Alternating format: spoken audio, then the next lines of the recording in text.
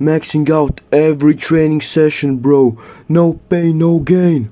Are you one of these people? Why are you doing this? Maybe it's because you think if you train more, you will gain more. Maybe you think that pain or muscle burn or pump, whatever, equals guaranteed gains. Maybe you just watch too much David Goggins. Whatever the reason, maybe just think about this and stop. In today's video, I will talk about the most common mistakes and also the ones that I did in terms of training too intensely or too hard. When I say training too hard, I usually mean three things. The first one is the volume, thinking that more is better. This is a very common belief amongst people who exercise. Whether your goal is hypertrophy or strength, there is an exact amount of volume that you need in order to improve. I'm not saying that you need to be, exact, in milligram, perfect amount of repetitions or anything. But if you're doing set after set after set and still not making progress, why do you think that doing more will help you? Try to cut back down your volume, or maybe even cut out an entire day of training if you like having longer training sessions that much. The mistake I made regarding this one was doing too many different exercises, which of course resulted in a lot of volume. A lot of that volume was useless and junk, to be honest, and some of it wasn't even specific to the thing that I was trying to accomplish. When I was training to improve my Maltese, for example, Maltese on rings, I just couldn't get past 3 seconds on a good day. So I did all sorts of exercises, spotted holds, heavy band and Maltese presses, planche, box Maltese presses, feet assisted Maltese pushes, Australian Van Gelders, Zanetti presses, spotted Zanettis, long drop set holds with a spotter, and guess what?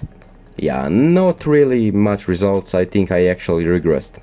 I trained very hard though. So when I started seeing the difference is when I did just one single exercise and I applied progressive overload to it over months and months. And that exercise was, guess what? The most specific one that I could do. It was just Maltese with the light band. I was lucky enough that I'm strong enough that I can train specifically for the Maltese, that I don't have to do any prerequisites, so I could do that. But maybe you can't. You gotta find what works for you. Second thing about training too hard is intensity. So training heavy is great. You just gotta lift heavy objects. If it's not heavy, you're not really training your strength, but rather something else. And that something else might help your strength later on, but you're not doing it specifically. I see two mistakes very often here when it comes to training skill training. People either train too intensely, planche attempts when they know they can't planche yet. Planche attempts when they can barely hold the straddle for a few seconds.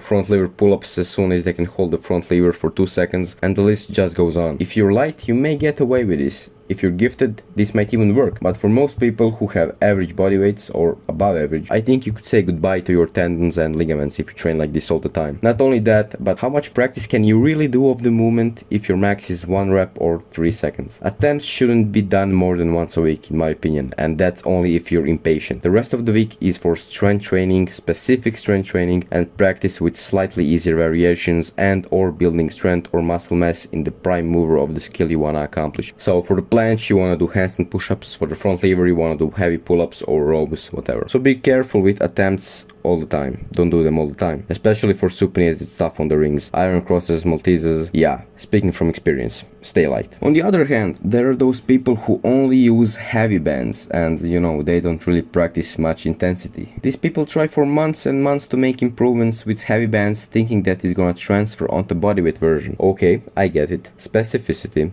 You've done some research, congratulations. But while you go from your heavy band to a medium band, you could probably have just worked on your basic weighted pull-ups or handstand push-up and you would have gotten much further, believe it or not. And the last thing is going all out every session. You gotta know that you are not on steroids, probably. So when you hear all these bodybuilders boasting about how hard they trained back in the day, yeah, they did something else very hard too. It's okay to go all out if you work out once or twice a week, but if you are a little more frequent, if you really wanna maximize getting better and stronger at the skill, you will need a little bit higher frequency to do that. Whatever it may be, you want to reasonably avoid failure. That's right, I'm sorry bro, you can't really destroy yourself and make the best gains. I mean, you can if you're gifted, once again, I don't know. So you wanna practice moving heavy stuff, whether that be moving your body weight through a full planche press or 50 kilograms on a weighted pull-up. If you fail to do a rep, you practiced failing a rep. You didn't practice doing the rep. And you also stressed your system unnecessarily because you failed. So next time you train, make all of your sets doable.